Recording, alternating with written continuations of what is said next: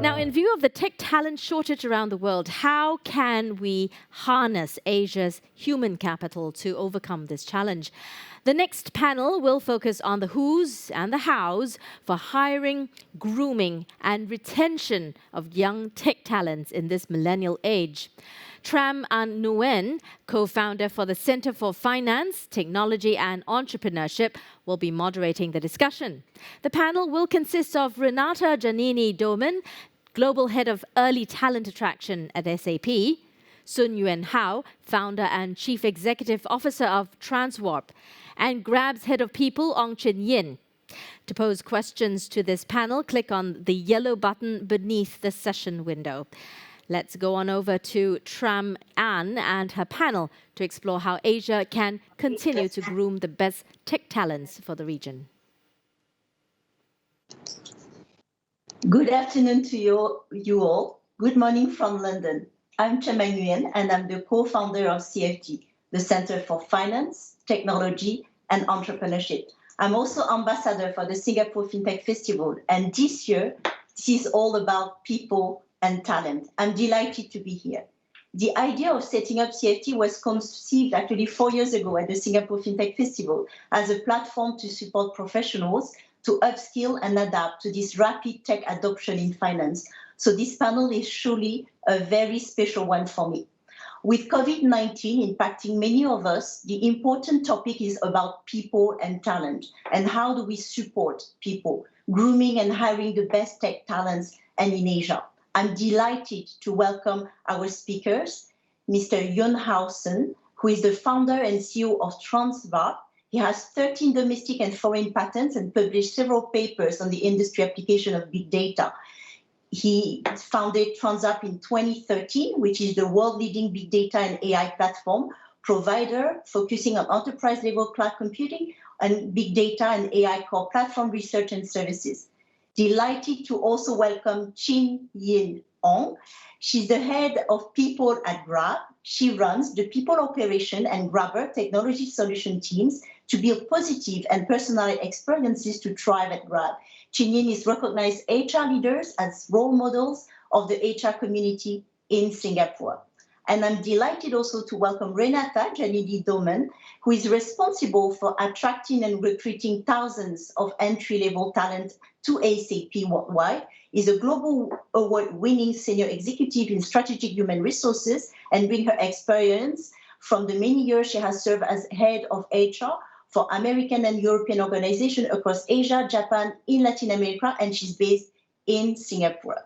My first question for all of you is, of course, this important one is, how is your organization have adapted with COVID-19? And perhaps I will start with you, Chin Yin, from Grab. How have your organization have adapted?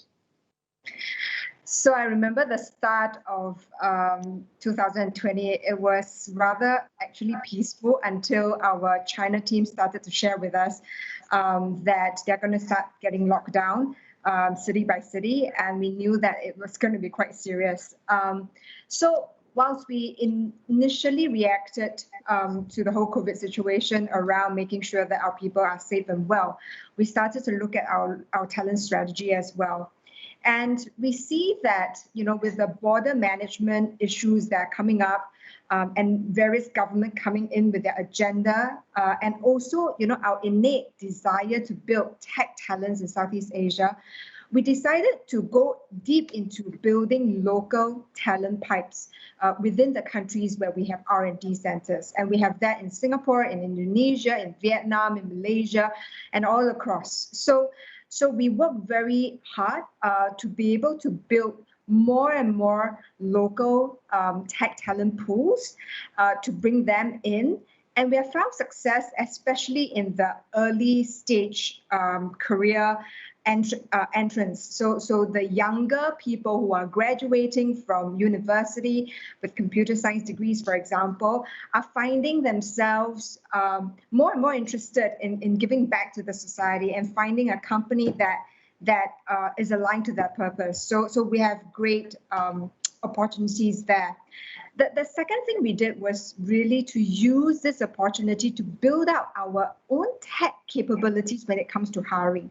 So, within the whole HR system, ecosystem, we probably have 38 to 40 different tech applications that we use, and some of these are for hiring, whether it is, interview scheduling tools, onboarding tools, and basically introducing these tech tools to improve our efficiency and also the ability to personalize the candidate experience.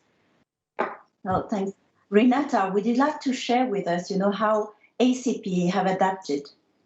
Sure, absolutely. And thank you so much, Tram, for the opportunity here.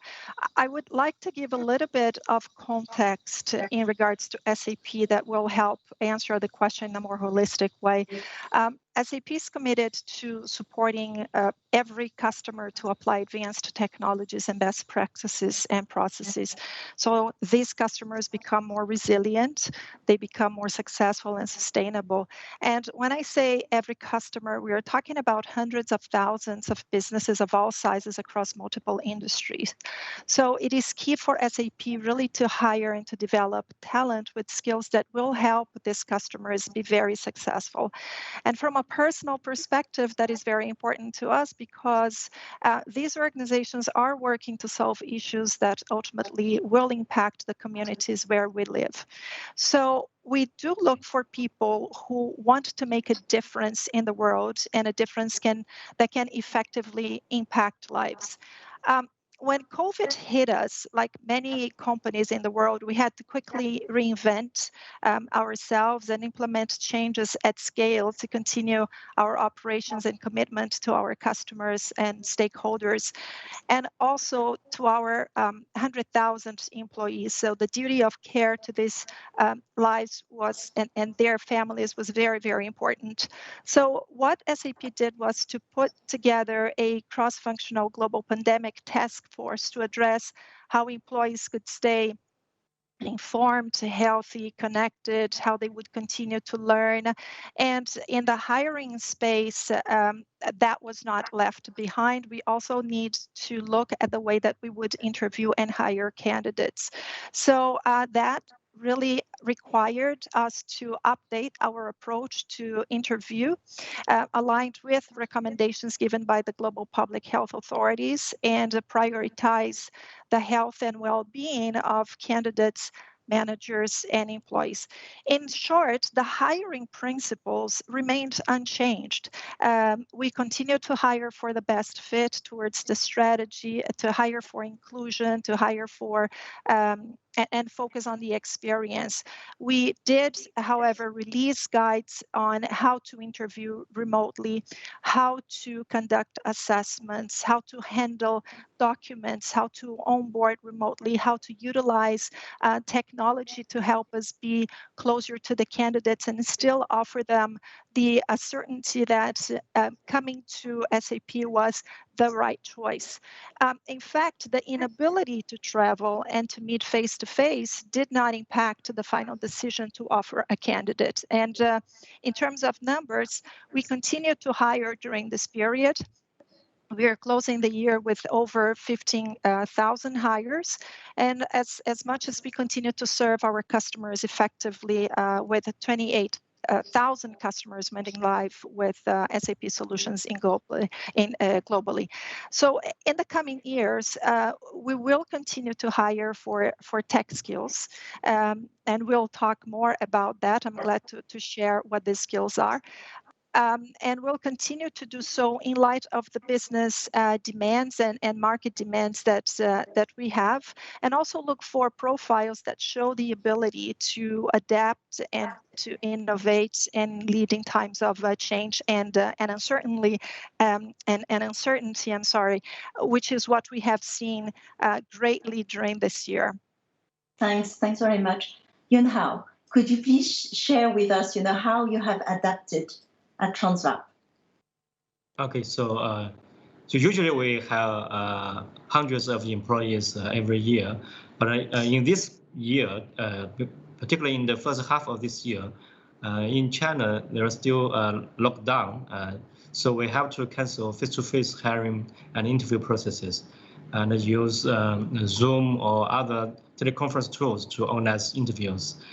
To make it worse, most universities in China are locked down until late September.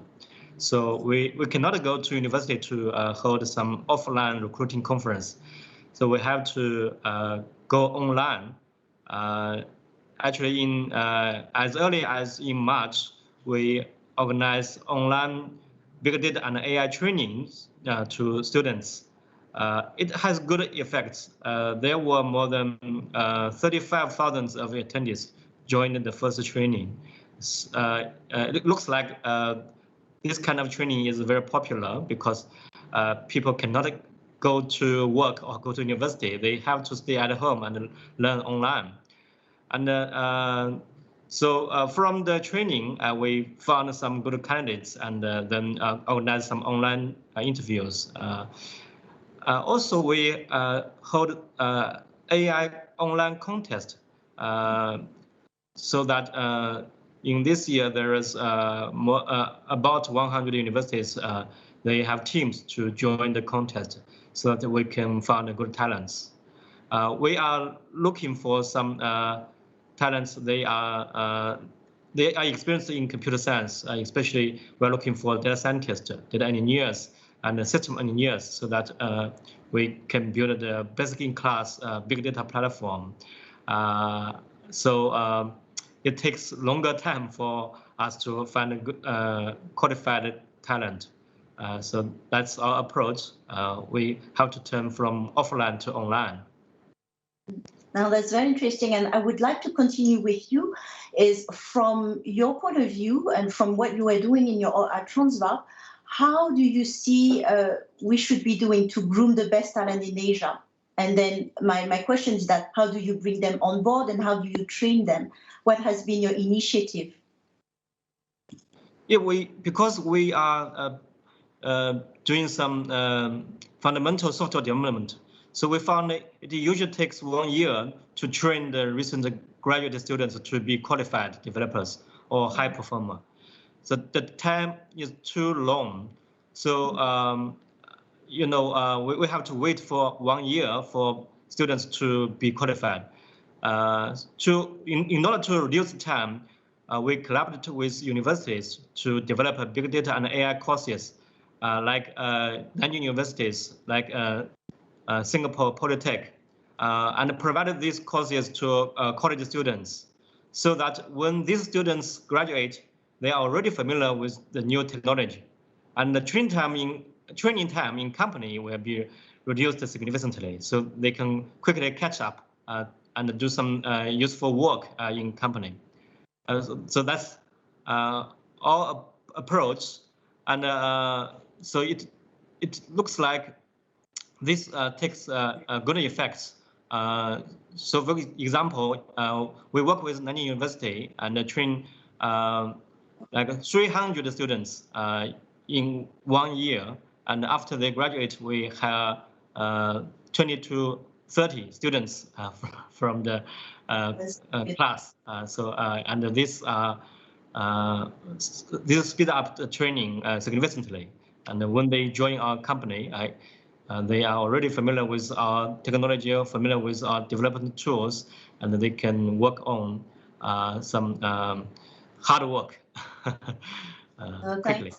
Yes, and Renata, would you like to share, how you are bringing, doing to groom the best talent in Asia and to bring them on board and to train them? Sure, absolutely. And I've been nodding here because I do believe that grooming the best talent actually starts when they're still studying. So for example, through our University Alliances organization, SAP enables faculty at educational institutions around the world to educate the next generation of talent. So what that means is that students have access to certifications, to webinars, to community membership, learning platforms, and others that will already introduce them to the corporate world and technologies during their study years. And then from there, we also have the opportunities to offer students the chance to have an internship or apprentice opportunities with us, where they can work on projects that develop, where they will develop the latest technologies and products, besides, of course, learning from business executives and meeting top talent around the world. So that is as they are still in school. You're still in university. And the learning continues as they are hired into permanent roles and onboard SAP. They can join, for example, entry-level programs and be part of a global learning environment that will provide them with the depth and breadth of professional skills, which can actually prepare them for whatever career path that they want to develop later on.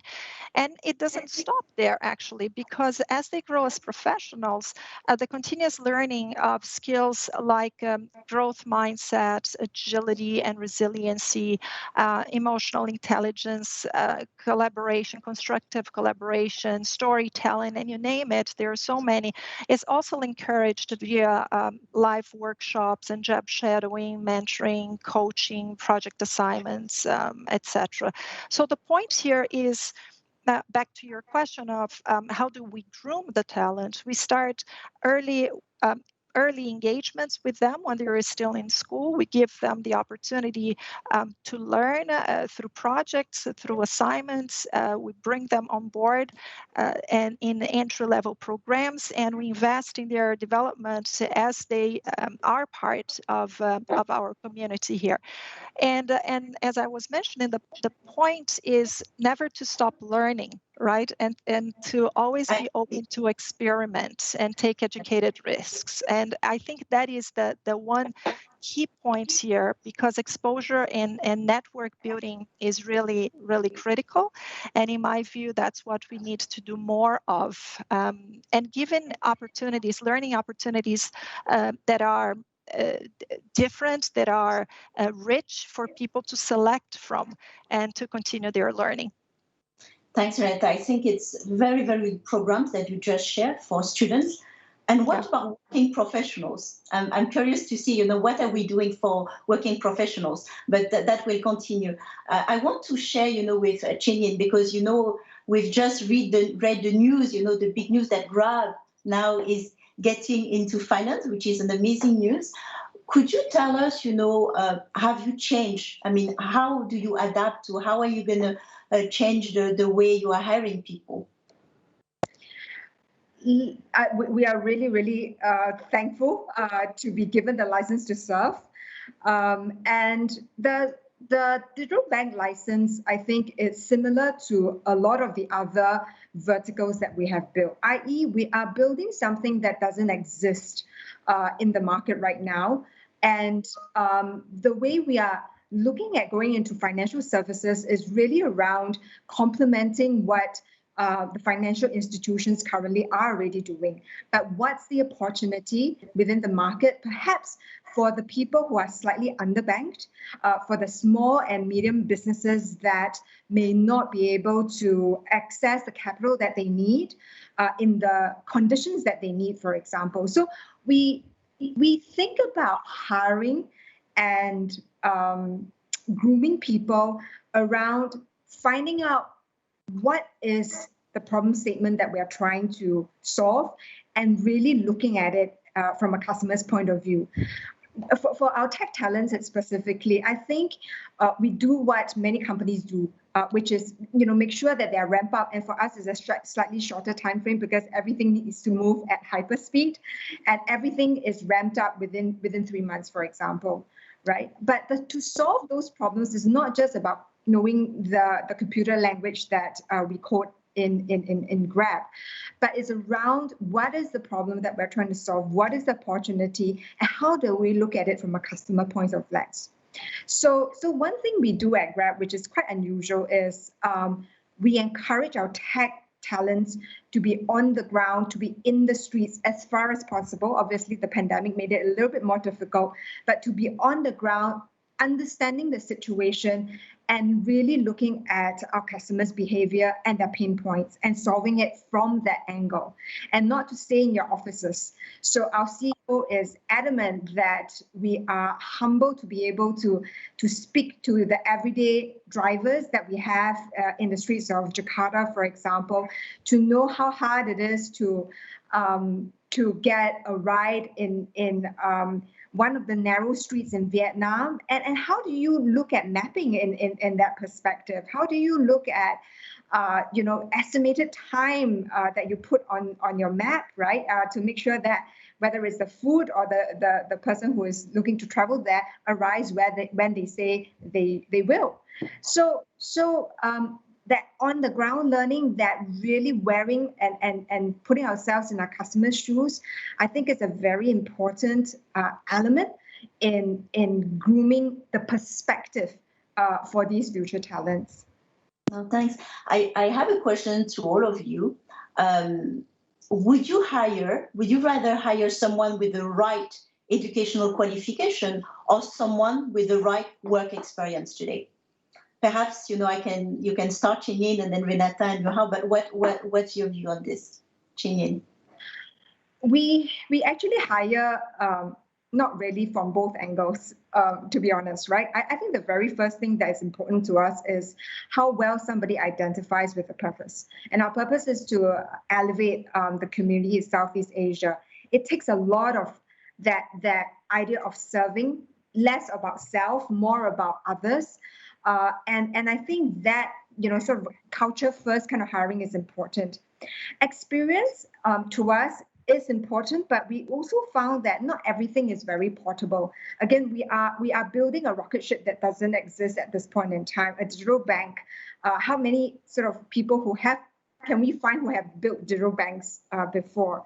So experience for us and education for us is an indication that people are motivated, are passionate about their work, but we look so much around whether people identify with our purpose. Renata, do you have your view on this? Yes, absolutely. Look, we focus on hiring the best for the strategy, right, of the company and for the purpose of the company. So it's not only about a certification or the name of an educational institution or some specific grades that potentially someone has had during the school years, but it is about the behavior, it is about the linkage to the purpose, it is about technical skills depending on the area that we hire for. So it's not only about, as I mentioned, a set of grades that someone has achieved, but we do look at a holistic from a holistic standpoint to see what the linkage to the purpose of the company, to the strategy of the company, to what we want to achieve in the next few years is to be able to bring the right talent on board. Thanks. Yuanhao, you want to share your views? Yes, so the overall principle is we hire right people for the job position. Maybe for that position, we usually hire the best candidates. She or he will be best for that position. But overall, we will find the right people, because if you always have best people, then the competition is so high, so that you cannot get the best candidates for all positions. So we only choose the right people for the right position. Sure. We know that I'd like to talk more about government support as well, because during this COVID-19 has been so easy, only for the younger students coming fresh grade, from university looking for jobs, but also for professionals. And you know that, for example, there have been quite a lot of measures, for upskilling, reskilling as well, and to help new generation not being left behind. We at CFT work with MAS and IBF to a lot to ensure that no one can be left behind, with some of our program being subsidies and provide today training at scale for companies. But and I think it's quite impressive, very, very impressive. IBF pioneer for many countries. Could you share with us if there is also things that you have been putting in place as an organization at your level? Could you share with us a little bit more how you're supporting? And perhaps I will start with Nguyen in Singapore. Sure. So let me give two examples outside of Singapore, and then we'll come to what is very evident in Singapore with the government support.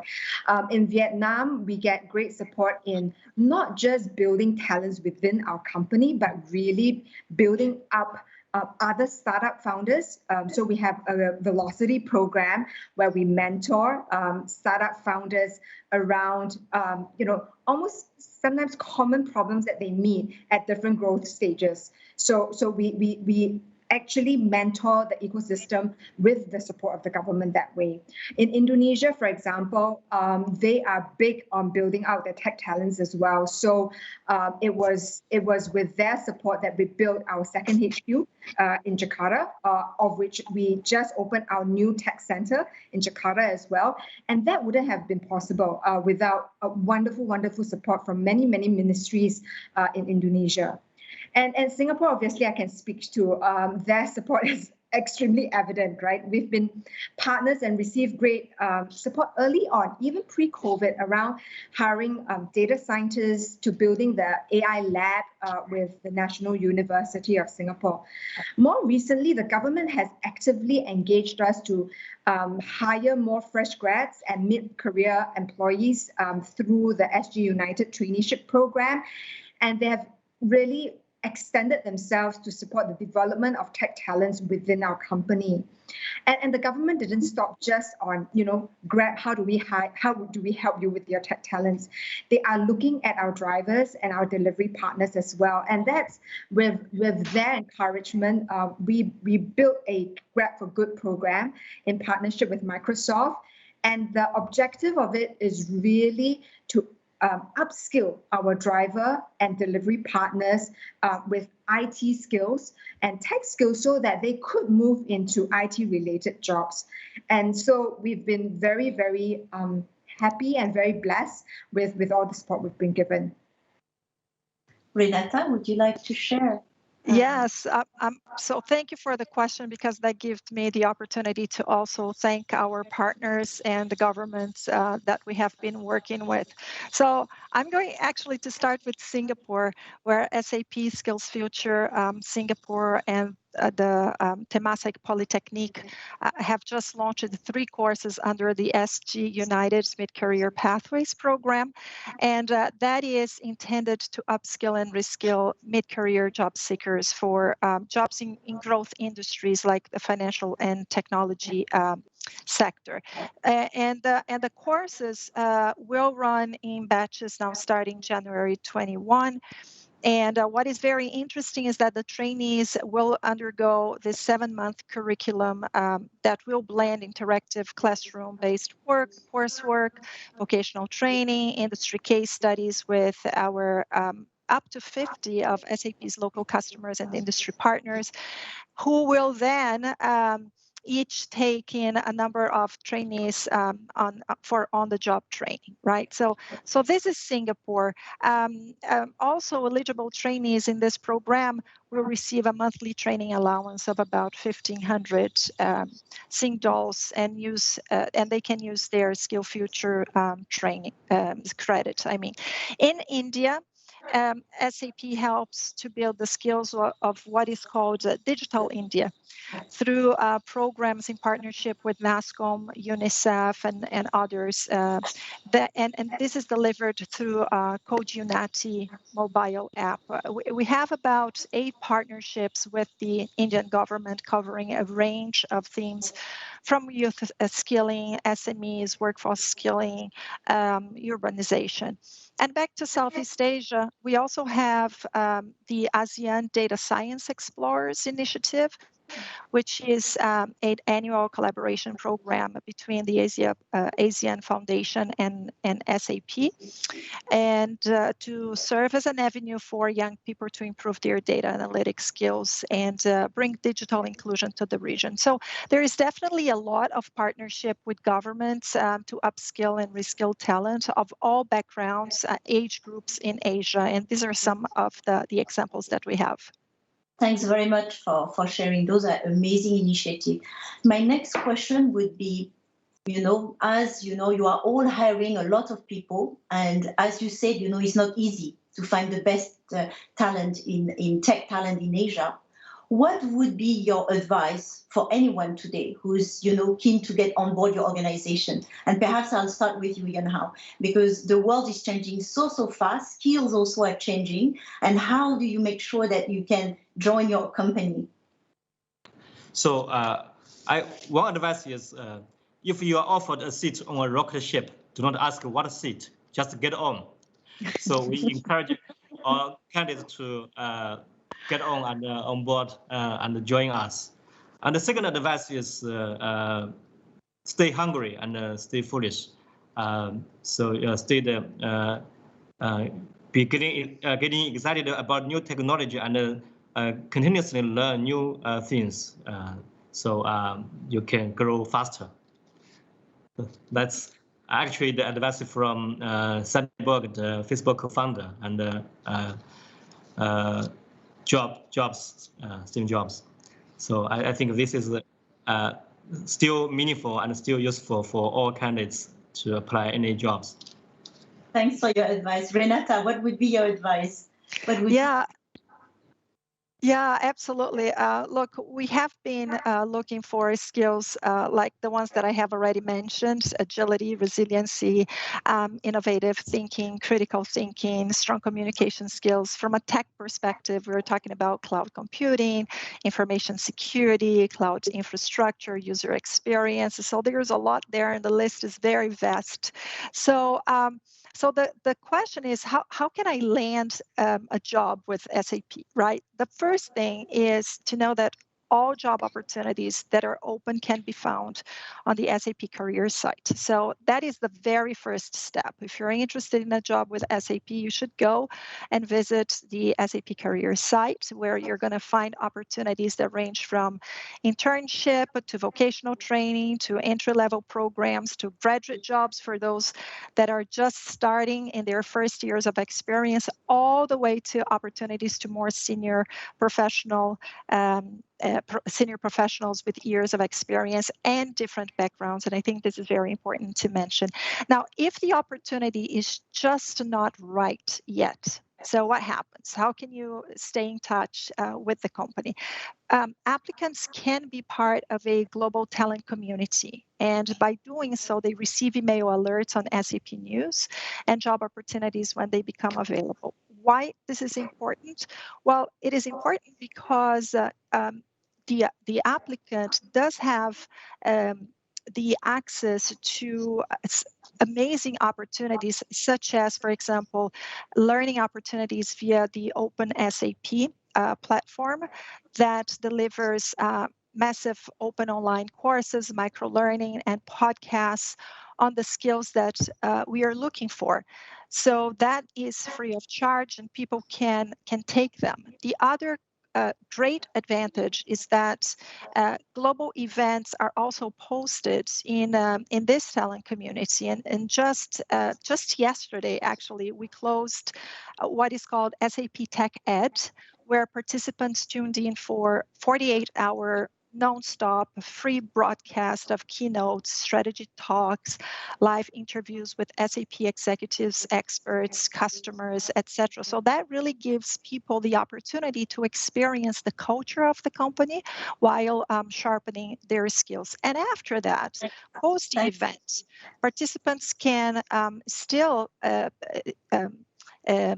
use opportunities or take advantage of opportunities to receive certification, to collaborate with communities. So the advice here is to land a job, you need to start participating more in the communities. There is a channel there available for you, and sharpening the skills in these areas that I have mentioned. Thanks, Renata. Chinyin, for you. I mean, how can people get a job at Grab, and what are the skills you're looking for today? So the good news is we are ramping up our hiring. So you'll see a lot of opportunities in our career side as well. I would say in terms of skills, I wouldn't go down to specific ones, because I feel that the future will belong to the generalists, and you probably need a whole set of skills. And for me, mindset is everything. And for us, what's the right mindset, right? The positivity and the hope I see with the Gen Ys and the Gen Zs especially, and obviously some of the Gen X and baby boomers, right, is that there is this huge sense of wanting to give back. It is huge sense about community and how well-being of the greater part of the community is very, very important, whether it's climate crisis or whether it's serving the underserved. And that's what we look for at Grab. As I said many times, purpose-driven, and the one to actually serve our Southeast Asia community and try to make life better and make sure that we all progress together. So I think that's number one. Two other mindsets have just come up to me as part of the pandemic and how I saw people cope or not cope, right? There is this thing about resilience, but there's also a version of it for me which I call positive resilience. There are people who just are able to look at things in the right way, and in my terms, looking at the donut and not the whole. Thank you so much. I think, it was the best advice from all of you, and I want to say thank you. I think the time is coming up, but I just wanted to say thank you. That's the best advice. Let's keep learning. Let's keep, unlearn, relearn. That's the best advice that we can all have to adapt to this new world of driven technology. Thank you to all of you, and thanks to all for attending this session today. Thank you. Well, you've heard it, what it takes to get a job in one of these companies. It's definitely going to take more work to bring up the next generation of tech talent in Asia. But as we've just heard, some of the best companies in the region are making a head start on this.